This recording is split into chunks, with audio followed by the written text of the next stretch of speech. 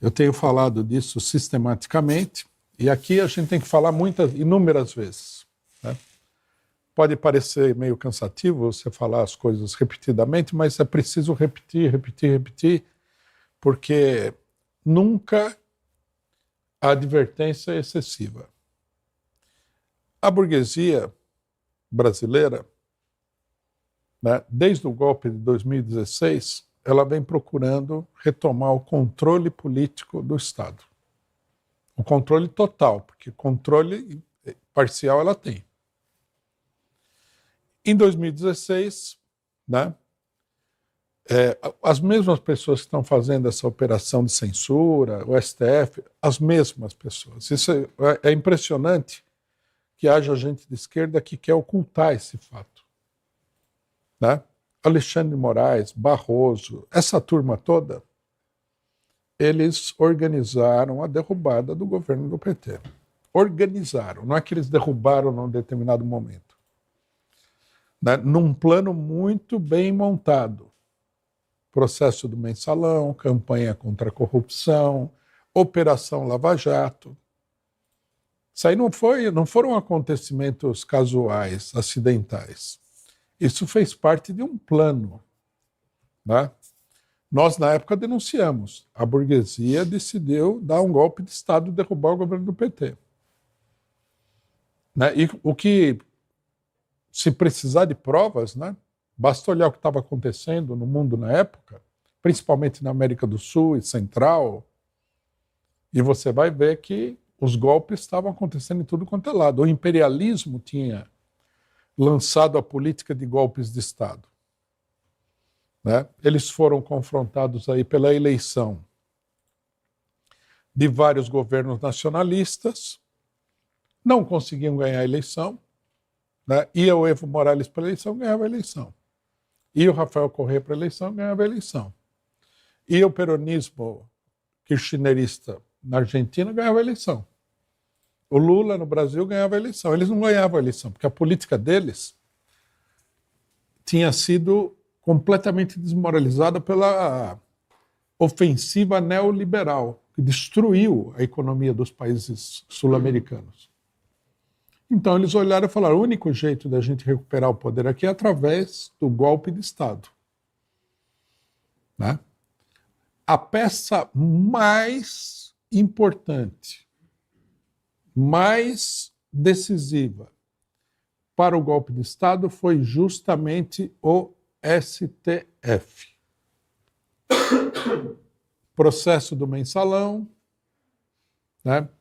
Campanha contra a corrupção, Lava Jato, que montaram um tribunal de exceção em Curitiba, amparado pelo STF. Porque se não fosse amparado pelo STF, não ia para frente. Prenderam Lula, tiraram Lula da eleição. Tudo isso foi uma obra do grande capital, Rede Globo, etc. e tal, usando como instrumento político fundamental o STF. Quer dizer, não é uma casualidade. Agora o STF está aí na suposta luta contra o bolsonarismo. Aí o pessoal apaga todo o passado e fala: não, o STF é a defesa da democracia. Eu estava vendo aqui no Brasil 247, um cidadão escreveu uma coluna aqui, que ele falava assim: os projetos contra o meio ambiente e tal vão passar e o STF vai nos salvar uma vez mais. Quer dizer, esse pessoal que deu o golpe de Estado, que atacou de maneira absurda, frontal, os direitos do povo brasileiro, é retratado como o salvador da democracia e do bem. Quer dizer, precisa ser muito, né? Eu acho que uma parte desse pessoal que faz essa campanha eles têm um pé no PT, um pé no PSDB. Que é o que justifica essa mentalidade, porque o STF é PSDB. né? É super PSDB. Aí, agora, né, a questão é a seguinte: a luta contra o bolsonarismo. Qual é a luta contra o bolsonarismo? Nada.